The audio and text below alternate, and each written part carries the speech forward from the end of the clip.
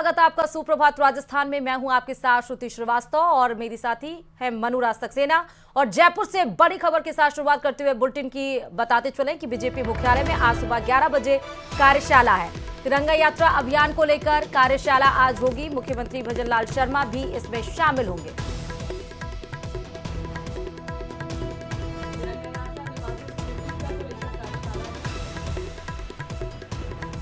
तिरंगा यात्रा विभाजन की विभीषिका को लेकर आज कार्यशाला आयोजित हो रही है। बीजेपी मुख्यालय में समय 11 बजे बताया जा रहा है। आज सुबह तिरंगा यात्रा अभियान को लेकर ये कार्यशाला आयोजित होगी। मुख्यमंत्री भजनलाल शर्मा आज इसमें शामिल होंगे। बीजेपी के बड़े बड़े नेता आज इसमें राजस्थान के शामिल होंगे। तिरंगा यात्रा विभाजन की विभीषिका को लेकर कार्यशाला ये आयोजित होनी है, क्योंकि जब भी आप देखिए 15 अगस्त आता है, 26 जनवरी आता है, तो आप देखिए कि बीजेपी की तरफ से तिरंगा यात्रा निकाली जाती है। और इसी को लेकर आज विभाजन की विभीषिका तिरंगा यात्रा को लेकर आज कार्यशाला है। और सुबह 11 बजे बीजेपी मुख्यालय में ये कार्यशाला आयोजित हो रही है, जिसमें मुख्यमंत्री भजनलाल शर्मा होंगे, बीजेपी प्रदेश अध्यक्ष मदन राठौर होंगे और बीजेपी के तमाम कार्यकर्ता भी यहाँ पर शामिल होंगे। बीजेपी के राजस्थान बीजेपी के जो नेता हैं वो भी आज इसमें शिरकत करेंगे। सुबह 11 बजे बताया जा रहा है कि बीजेपी की जो तिरंगा यात्रा निकाली जाएगी और विभाजन की विभीषिका को लेकर यह कार्यशाला आयोजित है।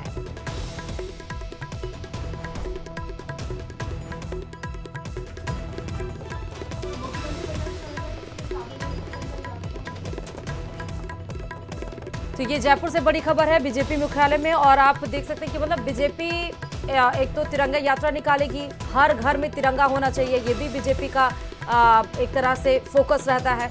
जब भी 15 अगस्त आता है या 26 जनवरी आप देखिए, तो इसी को लेकर आज कार्यशाला बीजेपी मुख्यालय में 11 बजे है कि किस तरह से निकाली जाएगी, कहां पर कौन कौन जाएगा, इसको लेकर पूरी कार्यशाला यानी कि एक पूरी होमवर्क आज सुबह 11 बजे बीजेपी मुख्यालय में इसको लेकर किया जाएगा। तिरंगा यात्रा अभियान को लेकर ये कार्यशाला जो है आज सुबह 11 बजे बीजेपी मुख्यालय में आयोजित होने वाली है।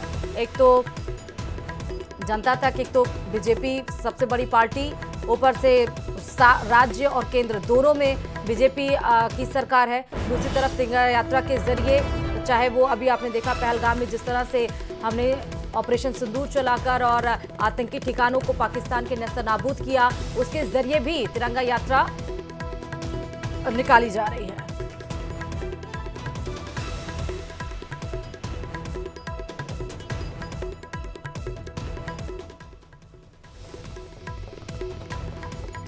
और चलिए झालावाड़ से इस बीच बड़ी खबर भी आ रही है। पीसीसी चीफ गोविंद सिंह डोटासरा का झालावाड़ दौरा है। आज पिपलोदी स्कूल हादसे के घायलों से मिलेंगे, छात्र छात्राओं से मुलाकात भी करेंगे, मृतक बच्चों के परिजनों से भी मिलेंगे। आपको याद होगा कि झालावाड़ की पिपलोदी में जब सरकारी स्कूल का छत गिर गया था, जिसमें 7 बच्चों की मौत हो गई थी और साथ ही साथ आपको बता दें कि 22 बच्चे घायल हो गए थे। हालांकि जिन बच्चों की अब हालात ठीक हो चुके हैं उनको घर भी भेज दिया गया है, लेकिन पीसीसी चीफ गोविंद सिंह डोटासरा झालावाड़ दौरे पर है।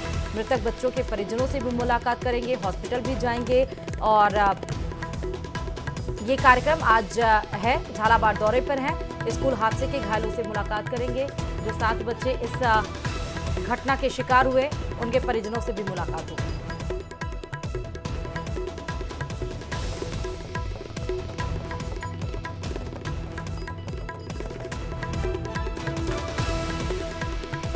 बड़ी खबर आपको बता रहे हैं, पीसीसी चीफ गोविंद सिंह डोटासरा इस वक्त झालावाड़ के दौरे पर हैं और झालावाड़ में पिपलोदी में जो हादसा हुआ था उससे जुड़े तमाम बच्चे जो घायल थे, आज उनसे मुलाकात कर उनका हालचाल जानने की कोशिश की जाएगी। हालांकि इससे पहले जो यूथ विंग है वो ज़रूर गया था और बातचीत घायलों के परिवार के लोगों से की थी, मृतकों के परिवार के लोगों से की थी। आज खुद पीसीसी चीफ उन मृतक बच्चों के परिवारों के बीच में होंगे और साथ ही घायलों के बच्चों से, जो घायल बच्चे, उनसे भी मुलाकात करेंगे। चलिए खबरों में आगे बढ़ते हैं। एक और ब्रेकिंग न्यूज आपको बताते हैं। श्रीगंगानगर के चूनावर से बड़ी खबर है। जमीन विवाद को लेकर 2 गुटों में खूनी संघर्ष हो गया। खूनी संघर्ष में 2 महिला सहित करीब 6 लोग घायल हुए हैं। सभी घायलों को जिला अस्पताल में भर्ती कराया गया है। चूनावर थाना क्षेत्र के गांव 11 जी का देखिए, झालावाड़ से ये बड़ी खबर हम आपको बता रहे हैं। शिक्षा विभाग ने वैकल्पिक विद्यालय तैयार करवाया है। पिपलोदी स्कूल हादसे का ये मामला हम आपको बता रहे हैं। एक तरफ तो पीसीसी गोविंद सिंह डोटासरा आज जाएंगे, झालावाड़ दौरे पर ही हैं। जो बच्चे घायल हुए थे उनके परिजनों से मुलाकात करेंगे। जो मृतक बच्चे हैं, 7 बच्चे जिन घटना का शिकार हुए, उनके परिजनों से मुलाकात करेंगे। जो घायल बच्चे, उनसे भी मुलाकात करेंगे। लेकिन इससे जुड़ा हुआ एक और मामला पिपलोदी स्कूल से, जहां गांव के वैकल्पिक स्कूल भवन में आज फिर से स्कूल शुरू होगा। पिपलोदी गांव के बच्चे आज से फिर स्कूल जा पाएंगे। गांव में ही शिक्षा विभाग ने वैकल्पिक विद्यालय तैयार करवाया है। बच्चों को पाठ्य पुस्तकें और शिक्षक सामग्री मुहैया कराई जाएगी। तनाव रहित माहौल में खेल भी खिलवाए जाएंगे और पढ़ाई भी करवाई जाएगी, जो कि जिस तरीके का एक शौक लगा था उन बच्चों को, तो उससे उभारने की कोशिश रहेगी। 4 शिक्षकों की स्कूल में नियुक्ति हुई है, जो कि आपने देखा था कि किस तरीके से स्टाफ के कुछ शिक्षकों और जो प्रिंसिपल थी उनको निलंबित कर दिया गया था। तो झालावाड़ से जुड़ी बड़ी खबर आपको हम बता रहे हैं। पिपलोदी स्कूल हादसे से जुड़ा बड़ा अपडेट ये है कि गांव के वैकल्पिक स्कूल भवन में आज फिर से स्कूल शुरू हो रहा है। और जब हादसा हुआ था उसके बाद से स्कूल की शुरुआत हो रही है। अलग से उसके लिए एक ऑप्शनल स्कूल भवन बनाया गया है और यहीं पर बच्चे आज से पढ़ने जाएंगे। क्योंकि न्यूज़ 18 राजस्थान उन घायल बच्चों से भी मिलने के लिए गया था। देखिए, और बच्चे स्कूल जाने के लिए तैयार नहीं थे, उनका मन नहीं था, क्योंकि वो हादसा उनके जहन में समा गया। और इसलिए वैकल्पिक स्कूल व्यवस्था तैयार की गई है। खेल खेल में बच्चों को मेंटली और फिजिकली दोनों रूप से तैयार करने की यहाँ पर काउंसलिंग भी चल रही थी। उदयपुर से खबर है, कन्हैयालाल मर्डर केस पर जो फिल्म बनी है उदयपुर फाइल्स 8 अगस्त को रिलीज होगी। और इस बीच कन्हैयालाल के बेटे यश साहू का बड़ा बयान भी सामने आया है। मुख्य आरोपी अत्तारी और गौस मोहम्मद पाकिस्तान के ट्रेंड आतंकवादी है, उसका कहना है। यश साहू ने यह भी कहा कि भारत में स्लीपर सेल की तरह वो काम कर रहे थे। यश साहू ने कहा कि रियाज अत्तारी और गौस मोहम्मद ने ही कन्हैया की हत्या की। वहीं यश साहू ये भी कह रहे हैं कि केंद्र सरकार ने फिल्म रिलीज के लिए स्वीकृति दे दी है। सरकार ने माना है कि यह फिल्म किसी धर्म के विरोध में नहीं है। हालांकि फिल्म साल पहले 28 जून 2022 के दिन मेरे पिताजी श्री कन्हैयालाल साहू को किस तरीके से 2 आतंकवादियों जिहादियों ने मार दिया था, वो पूरे देश ने देखा। और उसी घटना पर एक मूवी बनकर तैयार है, जिसका नाम है उदयपुर फाइल, जो कि मेरे पिताजी के साथ क्या कुछ नहीं हुआ, किस तरीके से उनको मार दिया गया, किस विचारधारा के तहत उनको मार दिया गया, कि 2 जो लोग यहीं पर काम करते वो किस तरह पाकिस्तान से जुड़े हुए थे और वो पाकिस्तान जाकर ट्रेनिंग लेकर एक स्लीपर सेल बेस पे मेरे पिताजी की उदयपुर जैसे शहर में हत्या कर देते हैं। मूवी के अंदर वही सब कुछ दिखाया गया है। ये मूवी पहले 11 जुलाई को रिलीज होने वाली थी, जिस पर हाई कोर्ट दिल्ली ने बैन लगा दिया था 10 जुलाई के दिन ही। इसी वजह से ये मूवी रिलीज नहीं हो पाई थी। और इसके बाद इस मूवी ने कई संघर्ष किया। ये high court Delhi, supreme court, उसके बाद सेंट्रल गवर्नमेंट के पास होकर आज फिर से इसकी जो नई रिलीज डेट है 8 अगस्त वो डिक्लेयर कर दी गई, क्योंकि आज ही 6 अगस्त के दिन सेंट्रल गवर्नमेंट ने इस मूवी को रिलीज करने का आदेश दे दिया है और कहा है कि ये जो मूवी है वो किसी भी तरह किसी भी धर्म समुदाय के खिलाफ नहीं है। ये एक जो क्राइम जो कि मेरे पिताजी के साथ हुआ था, जो आतंकवादी घटना मेरे पिताजी के साथ हुआ था, उसके अगेंस्ट है। इसलिए इस मूवी से किसी भी धर्म की भावना आहत नहीं होगी। इसी वजह से इस मूवी की जो रिलीज है वो 8 अगस्त को डिक्लेयर कर दी गई है। इतिहास सिर्फ तारीख भर ही नहीं होता, जिसे रटकर परीक्षा में अच्छे नंबर हासिल किए जाते हैं। इतिहास हमारी अस्मिता और पहचान से जुड़ा वो सवाल है जिस पर अक्सर बवाल मचता रहता है। प्रदेश में एनसीईआरटी की 8वीं की किताब पर मची राड़ थमने का नाम नहीं ले रही। देखिए इस पर यह रिपोर्ट।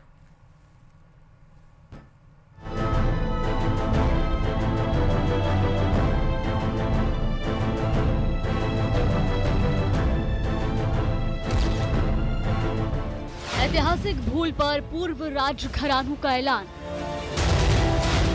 गौरव का अपमान नहीं सहेगा राजस्थान। पुनर्लेखन की आड़ इतिहास से खिलवाड़। याद रखें, हिस्ट्री कन्वीनियंस के आधार पर नहीं लिखी जाती, इतिहास का पुनर्लेखन आवश्यक है, लेकिन तथ्यों के साथ छेड़छाड़ नहीं होनी चाहिए।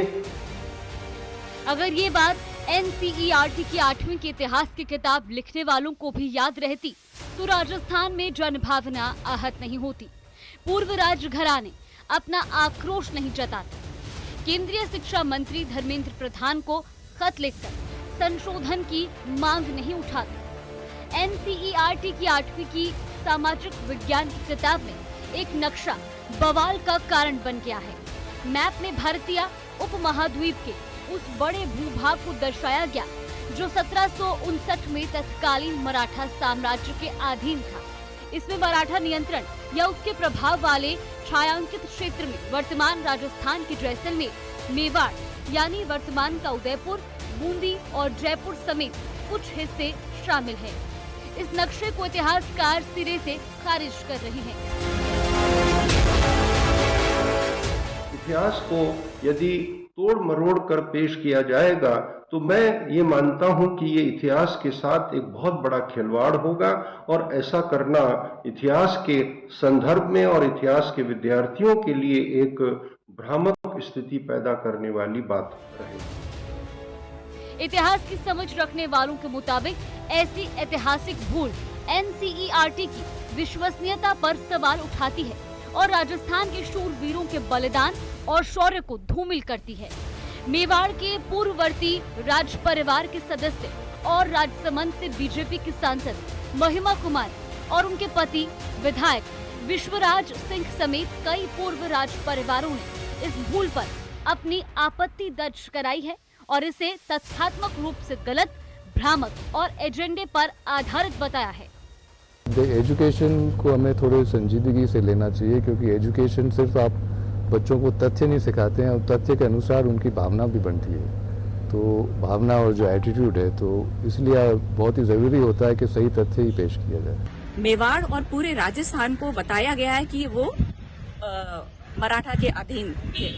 ये बहुत ही गलत इतिहास दर्शाया जा रहा है और बहुत दुख की बात है कि जिस परिवार ने 1500 वर्षों से पूरे हिंदुस्तान के लिए, भारत के लिए लड़ाई लड़ी है, जो भी आक्रांता आए हैं, उस मेवाड़ के लिए ये गलत बात बताई जा रही है। कभी उनको बोलते हैं कि वो लोग मुगलों के अधीन थे, कभी बोलते हैं ब्रिटिशर्स के अधीन थे। तो मेरा यही कहना है कि जो भी इतिहास सही है और उसको बताया जाए। आज़ादी के बाद ज़रूर परिस्थितियां बदली, परंतु उससे पहले पूर्ण रूप से स्वाधीन रहा और बड़े बड़े आक्रांताओं से लड़ाई लड़ी, परंतु आक्रांता सभी आए तो अफगान, तुर्क, पठान, ये सब आए। हुमायूं से भी हुई, खिलजी से भी हुई, गौरी से भी हुई। तो हम लोगों ने ये बड़ी लड़ाइयाँ लड़ी और उत्तर भड़कीवाड़ भाटी का जो टाइटल मिला वो इसी वजह से मिला क्योंकि यहाँ की जनता, 36 कौम, महिलाओं ने भी बड़े बलिदान करे। राजस्थानी रियासतों को मराठा साम्राज्य का हिस्सा बताना पूर्व राजघरानों के सदस्यों को ही नहीं, आम नागरिकों को भी आक्रोशित कर दिया है। इसीलिए इस संवेदनशील मसले पर सियासी रोटियां भी सेकी जाने लगी है। उम्मीद के मुताबिक बुक पर मचे बवाल के बहाने कांग्रेस बीजेपी पर हमलावर है। NCERT सिलेबस है, उसमें काफी परिवर्तन किए गए हैं। वो परिवर्तन इसलिए किए गए हैं कि इनको RSS की भाषा पढ़ाना है, RSS के जो लोग हैं उनका महिमा मंडन करना है और गलत तथ्य पेश करके बच्चों को परोस रहे हैं, जो बहुत ही निंदनीय है। RSS बीजेपी का मुख्य एजेंडा रहता है शिक्षा जगत में किस प्रकार ऐसी चीज पैदा कर दें कि आने वाली पीढ़ी भ्रमित हो जाए। इनका एजेंडा है। ये कुछ भी कह सकते हैं, जो आप बता रहे मुझे, ये कुछ भी लिख सकते हैं, कुछ भी पाठ्यक्रम में हेरफेर कर सकते हैं। इनकी फितरत के अंदर ये बात है। कांग्रेस के आरोपों पर बीजेपी भरपूर पलटवार कर रही है। बीजेपी सांसद नक्शे पर छिड़े विवाद को सुधारने की बात कहते हुए कांग्रेस की रीति और नीति पर सवाल उठा रही है। और हाँ, इस विषय में स्वयं डोटासरा जी जब शिक्षा मंत्री थे तब उन्होंने ही कहा कि महाराणा प्रताप के बारे में कुछ ऐसी टिप्पणियां की जो राजस्थान की जनता कभी बर्दाश्त नहीं कर सकती। यही वो लोग थे कि हाँ अकबर महान था, यही शिक्षा मंत्री रहते हुए माननीय डोटासरा जी ने कहा था। इसलिए कैडर बेस कौन है?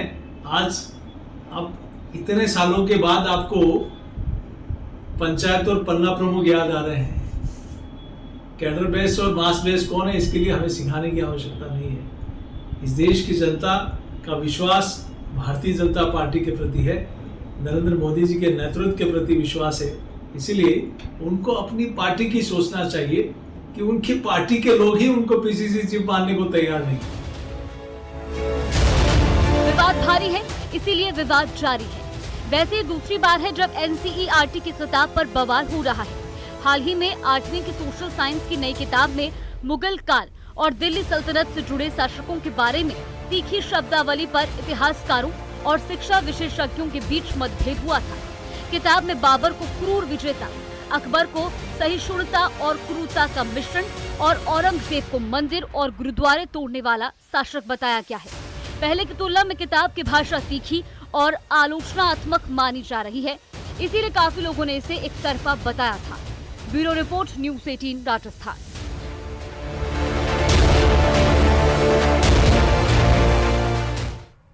और खाटू श्याम मंदिर जाने वाले श्रद्धालुओं के लिए अच्छी खबर है।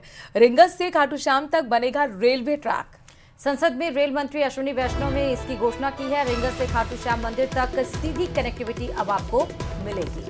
17 किलोमीटर लंबी रेल परियोजना को मंजूरी दी गई है और ये जाहिर तौर पर तमाम उन श्रद्धालुओं के लिए अच्छी खबर कही जा सकती है जो खाटू श्याम मंदिर जाते हैं। रिंगस से खाटू श्याम तक अब ये रेलवे ट्रैक बनकर तैयार होने वाला है और इसके लिए बाकायदा संसद में रेल मंत्री अश्विनी वैष्णव ने इसकी घोषणा की है, जानकारी दी है। आपको बता दें कि अब रिंगस से खाटू श्याम मंदिर तक सीधी कनेक्टिविटी होगी और इसके लिए बाकायदा 17 किलोमीटर लंबी रेल परियोजना को मंजूरी देने के साथ ही ये रास्ता साफ हो गया है कि जल्द ही अब ये रेलवे ट्रैक बन पाएगा और श्रद्धालु को आने जाने में अब दिक्कत नहीं है।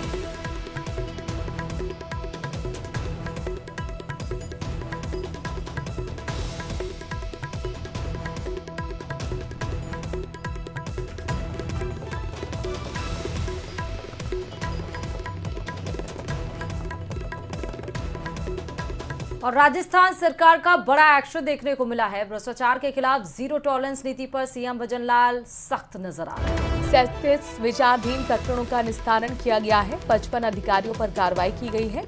9 पुलिस निरीक्षक अनिवार्य सेना निवृत्ति के जरिए सेवा से बाहर किए गए हैं। नियम विरुद्ध भू आवंटन मामले में आईएएस अधिकारी पर ये अनुशासनात्मक कार्रवाई की गई है। तो जीरो टॉलरेंस, भ्रष्टाचार पर जीरो टॉलरेंस नीति को लेकर सख्त, और इसीलिए आप देखिए कि एक बड़ा कदम, बड़ा एक्शन लिया गया है भजनलाल सरकार की तरफ से, जहां पर उन्होंने सीधे 37 विचाराधीन प्रकरणों का निस्तारण किया और साथ ही 55 अधिकारियों पर कार्रवाई की गई है। 9 पुलिस निरीक्षक अनिवार्य सेवानिवृत्त के जरिए सेवा से बाहर कर दिए गए हैं। वहीं नियम विरुद्ध भू आवंटन मामले में आईएएस अधिकारी पर अनुशासनात्मक कार्रवाई की गई है। भ्रष्टाचार के मामले में 6 अधिकारियों के खिलाफ अभियोजन की स्वीकृति है। 2 आरएस अधिकारियों पर भ्रष्टाचार निवारण अधिनियम के तहत जांच की अनुमति भी दी गई है। इसके साथ ही 13 अधिकारियों की वेतन वृद्धि रोकने के आदेश तक दे दिए गए हैं और 5 रिटायर्ड अधिकारियों की पेंशन रोकी गई। एक की पूरी पेंशन ही जब्त कर दी गई। 14 अधिकारियों के खिलाफ प्रमाणिक आरोपों पर कार्रवाई की मंजूरी दी गई है। रोशन हमारे संवाददाता इस खबर पर ज्यादा जानकारी के साथ जुड़ गए हैं। रोशन, ये कितना बड़ा एक्शन माना जाए और इसके पीछे क्या संदेश? जी बिल्कुल, देखिए, मुख्यमंत्री भजनलाल शर्मा की अनुशंसा के ऊपर कहा जा सकता है कि प्रदेश के अंदर जीरो टॉलरेंस नीति किस तरीके से स्थापित हो, इसको लेकर लगातार जो है राज्य सरकार एक्शन लेती रहती है। कल कहा जा सकता है कि 37 विचाराधीन जो प्रकरण थे, जो भ्रष्टाचार से जुड़े हुए थे, उनके अंदर जो है वो सरकार की ओर से जो कार्रवाई की गई है, करीब 55 जो अधिकारियों के ऊपर ये जो है कार्रवाई की गई है। 9 पुलिस निरीक्षकों को अनिवार्य जो है सेवानिवृत्ति दे दी गई है। कहा जा सकता है कि उनका जो सेवानिवृत्ति काल है उससे पहले ही उन्हें जो है वो अनिवार्य जो है उस सेवानिवृत्ति दे दी गई है। साथ ही साथ में कहा जा सकता है कि जो भू आवंटन के मामले में एक जो आईएएस अधिकारी थे उनके ऊपर अनुशासनात्मक जो कार्रवाई है वो की गई है। साथ ही साथ में 6 अधिकारियों के ऊपर जो भ्रष्टाचार के जो आरोप थे उन मामलों के अंदर अभियोजन जो है वो स्वीकृति दी गई है। वहीं 2 आरएस अधिकारियों पर भ्रष्टाचार निवारण अधिनियम के तहत जांच की जो अनुमति है वो दी गई है। साथ ही साथ 13 अधिकारियों की वेतन वृद्धि रोकने के जो है वो आदेश जारी किए गए हैं। कुल मिलाकर कहा जा सकता है कि मुख्यमंत्री भजनलाल शर्मा की अनुशंसा और निर्देशों के बाद में इस तरीके की जो कार्रवाई है वो लगातार जारी है। शुक्रिया रोशन, तमाम जानकारी हम तक पहुंचाने के लिए। तो ये बहुत बड़ा एक्शन उन तमाम भ्रष्टाचार करने वाले अधिकारियों पर सरकार की तरफ से किया गया। सीधा संदेश कि जो भ्रष्टाचार करेगा वो रपेगा। और इधर प्रदेश भर में स्मार्ट मीटर को लेकर लोगों में आक्रोश है। हर जगह स्मार्ट मीटर को लेकर लोग प्रदर्शन कर रहे हैं। और आपको हम 4 तस्वीरें दिखा रहे हैं। पहली तस्वीर झालावाड़ जिले से आई है। यहाँ पर झालरापाटन में कांग्रेस ने सहायक अभियंता कार्यालय पर स्मार्ट मीटर के खिलाफ प्रदर्शन किया। दूसरी तस्वीर भरतपुर की है, जहाँ पर लोगों ने हैंड रिटन स्लोगन के साथ प्रदर्शन किया है। तीसरी तस्वीर डीडवाना की है, जहां लाडनू विधायक मुकेश भाकर ने समर्थकों के साथ कलेक्ट्रेट कार्यालय का घेराव कर दिया और इस दौरान पुलिस और विधायक के समर्थकों के बीच तीखी नोकझोंक भी देखने को मिली। तो वहीं चौथी तस्वीर भी आपको दिखाते हैं सीकर के लक्ष्मणगढ़ से, जहां स्मार्ट मीटर के खिलाफ उपखंड कार्यालय के सामने विरोध प्रदर्शन किया गया और एसडीएम को 11 मांगों का ज्ञापन सौंपा गया। तो स्मार्ट मीटर को लेकर अलग अलग राज्य के अलग अलग जिलों में विरोध प्रदर्शन देखने को मिला है। कांग्रेस इसके खिलाफ आप देख रहे हैं कि एक तरह से अभियान समझिए चला रही है स्मार्ट मीटर के खिलाफ, लेकिन लोगों में भी आक्रोश है। कहना यह है कि जो बीजेपी का स्मार्ट मीटर का जो प्लान है, लोगों का ये कहना है कि स्मार्ट मीटर के जरिए लोगों के बिल ज्यादा आ रहे हैं। अगर घर बंद भी है, कोई है भी नहीं घर में, तब भी 1000-2000 बिल आ जा रहे हैं और इसी को लेकर ये विरोध प्रदर्शन देखने को मिला है अलग अलग जिलों में। सीकर के श्रीमाधोपुर से बड़ी खबर आपको बताते हैं। नगर पालिका और प्रशासन की बड़ी लापरवाही देखने को मिली। रात को सीवरेज लाइन का काम चल रहा था। काम कर रहे 2 मजदूर मिट्टी में दब गए। गड्ढा खोदते समय यह हादसा हो गया। 15 फीट नीचे दोनों मजदूर दबे थे। स्थानीय लोगों ने दोनों को सकुशल फिलहाल बाहर निकाल लिया है। चौधरी धर्मशाला के पास यह हादसा हुआ। ग्वालियर के रहने वाले दोनों मजदूर बताए जा रहे हैं। तो हादसे से जुड़ी बड़ी खबर सीकर के श्रीमाधोपुर से है, जहां पर नगर पालिका प्रशासन की ये बड़ी लापरवाही कही जा सकती है। रात को चल रहा सीवरेज का लाइन का काम और 2 मजदूर बताया जा रहा है कि काम कर रहे थे, वो दब गए। गड्ढा खोदते समय यह हादसा उनके साथ हुआ। 15 फीट नीचे दबे थे दोनों मजदूर। सकुशल अच्छी बात यह है कि राहत की बात इस खबर में निकलकर ये आई कि स्थानीय लोगों ने दोनों को सकुशल बाहर निकाल लिया है। लेकिन कुल मिलाकर ये एक बड़ी पोल प्रशासन की खोल रहा है, ये लापरवाही जो कि भारी पड़ सकती थी।